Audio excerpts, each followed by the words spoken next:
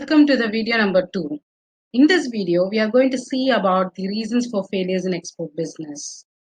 I started in exports in 2011. Uh, I always wanted to become an entrepreneur but never had an idea of becoming an exporter.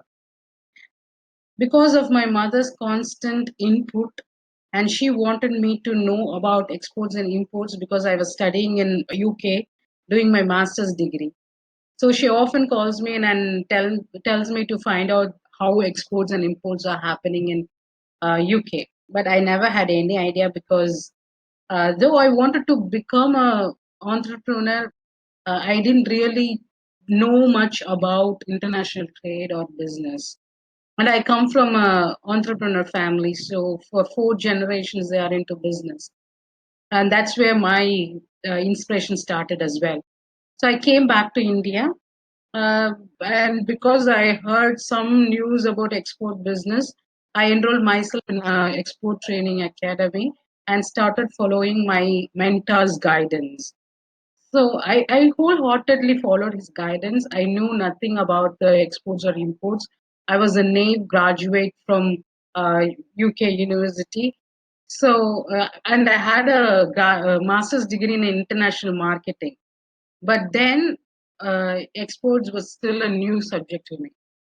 I would work sincerely, whatever work, homework that's been given by our mentor during that session, I'll do it sincerely. So I was able to get an export order within 3 months of that course, and I was awarded with an Achiever Award.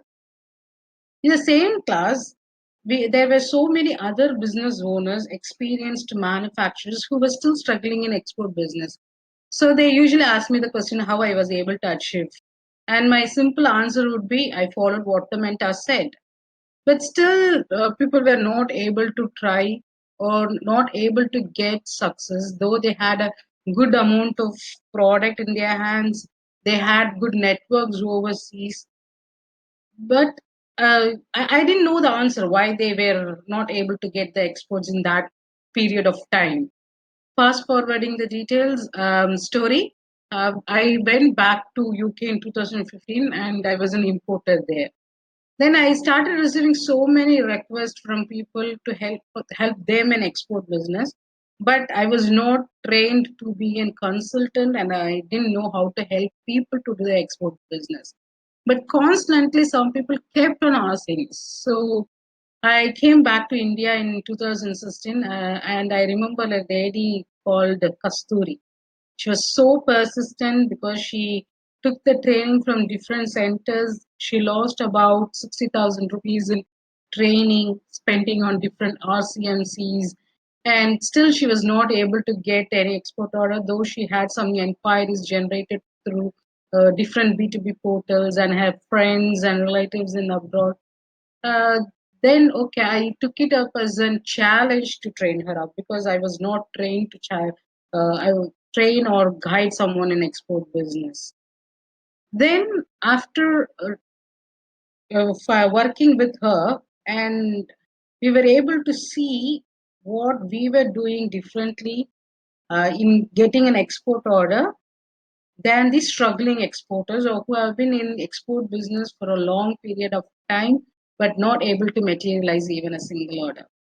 So, according to entrepreneur.com article, about only 4% of total world trade is done by the MNCs, that's the big corporates. Another 96% of international trade is done by the SMEs. So, anyone from any country with any product has a scope in export business. How does the export business happen? So people immediately think they should go for a export license first and then choose a product. Then they'll try to hunt for buyers from any country. Or in case if they take any data, custom data, and they find out a particular country is buying regularly from their country, then they'll start to find a buyer in that country through different medias. Maybe their friends, reference, relatives, commission agents, B2B portals. So if you are also trying the same way, I'll get into the details where it's failing, why it's failing.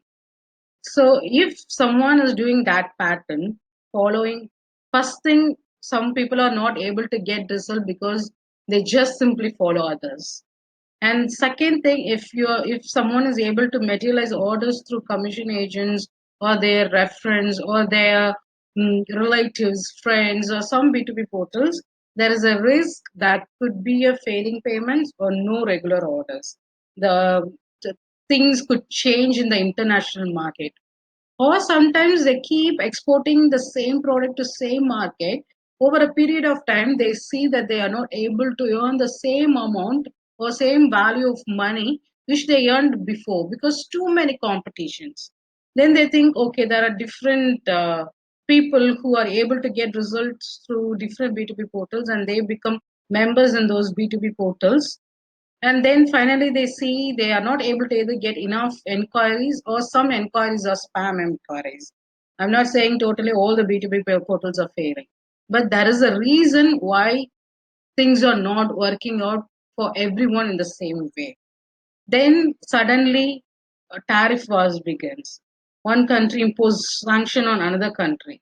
Then one country announces a rise in the import duty for another country. Then suddenly country stops the export quota or import quota.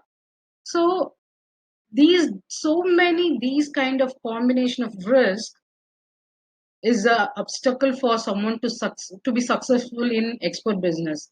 If you are thinking so, that is not the true reason. What is the actual reason? There are 10 reasons why people are not able to get success in export business. First one, they don't have understanding what they are capable of, what kind of product is suitable for them. Second, they are not able to understand what is the export potential, how is the future going to be in this product in a particular market. Third, they are not able to understand the structure of the importing market and the market dynamics. That is the factors that's influencing the favorable condition for imports of a particular product. Then lack of understanding of market compliances, trade policy, why something is happening, because of how the business will be affected. One day we hear about Brexit, another day we hear about EU and Japan free trade agreements. So, what are these things will do as an exporter from India, or as an exporter from another country? So, you should have that understanding. Then is the lack of export process flow chart. So, if you think like, okay, you can find a product, then go hunt for a buyers, and then just get an export order based on saying that I'm a leading exporter or manufacturer, my price is the most competitive price, I give the higher quality. No, not these things will always give you the result. There are different steps. There are about 12 steps. If you do it systematically, you would be able to grow and achieve export orders. And then how to utilize the government supports and schemes, because every government wants to promote their exports, because that is the wholesome foreign currency earner. And that shows if a country has a good exports, then they are considered to be a strong economy. And then different marketing channels. Not everyone will be able to get success in trade fair. Not everyone will be able to get success in some B2B portals. Not everyone will be able to get success in meeting someone from another country. So there are different type of marketing channels. So you should understand the different types of marketing channel and most suitable combination of market channels. And then which market channel to be used at what period of time. Then you should know how to get the attention of the buyer and win their trust. Usually, a order gets materialized only if a buyer comes to you and places an inquiry, or when you are promoting a product, it matches their need at that point of time. That is the period when you will get the orders materialized. So, if you have identified that the one of these reasons are the main stumbling block for you to get success in export business, I have a good news for you in the next video. Please comment below reasons 10. That means you have identified what reason that is acting as a stumbling block for you to be successful in export business. Meet you in next video. Thank you.